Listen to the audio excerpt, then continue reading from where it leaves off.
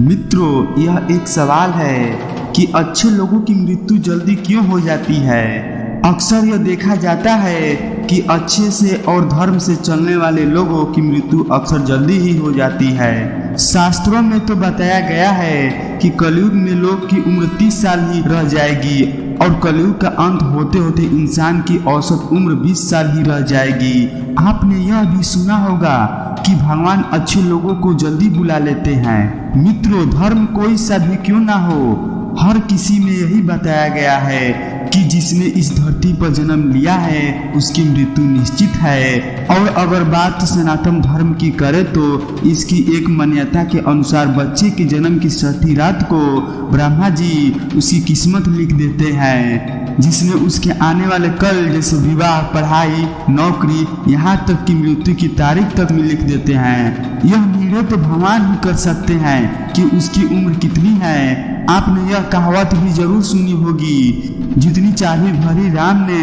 उतना चले खिलौना। दोस्तों, इस कहावत में साफ है कि किसकी मृत्यु कब होनी है यह तो भगवान ही तय करते हैं। वैसे तो अच्छे लोगों की मृत्यु जल्दी हो जाने के पीछे कई कारण हैं, लेकिन पहला कारण समझने के लिए आपको यह जानना होगा कि हम जो कुछ भी इस जन्म में करते हैं उसका जवाब हमें ऊपर यमराज को देना होता है। अगर उसके पाप का घड़ा भारी होता है तो उसे नरक में यातनाएं काटनी पड़ती है, और अगर पुण्य का घड़ा भारी हो तो उसे स्वर्ग का सुख मिलता है। और यही चक्र कई युगों तक चलता रहता है जब तक उसे मोक्ष की प्राप्ति नहीं हो जाती। हर कोई अपने लिए की सजा भुगतने के लिए आता है। कोई आत्मा इंसान बनती है तो कोई जानवर के शरीर में प्रवेश करती है।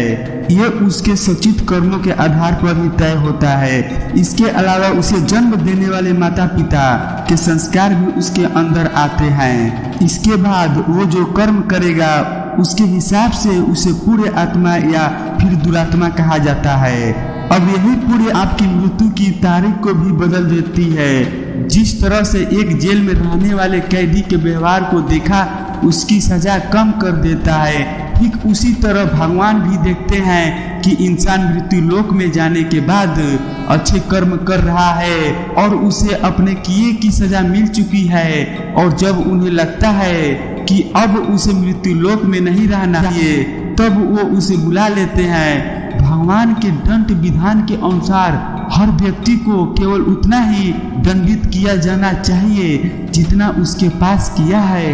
अब क्योंकि अच्छे लोगों के पाप कर्म बुरे लोगों के पास कर्म ही तुलना में अधिक होते हैं, इसलिए अच्छे लोग अपने पापों का फल जल्दी ही भुगत लेते हैं। हिंदू धर्म में मान्यता है कि भगवान हर अच्छे आदमी को किसी न किसी उद्देश्य के साथ ये इसे मृत्यु लोक में भेजते हैं, और भगवान का अपना अवतार उन्हीं ही उद्देश्यों में शामिल है। इसलिए जब वो उद्देश्य जल्दी पूरे हो जाते हैं तब भगवान उन्हें वापस बुला लेते हैं। अर्थात अच्छे लोगों की मृत्यु उनके अच्छे कर्मों पर ही निर्भर करती है। इसके अलावा आपको यह भी बता दूं कि जो लोग यह कहते हैं कि मरने के बाद इंसान खाली हाथ जाता है, उन्हें यह जान लेना कि 3 चीज ऐसी है जो मरने के बाद भी उसके साथ जाती है।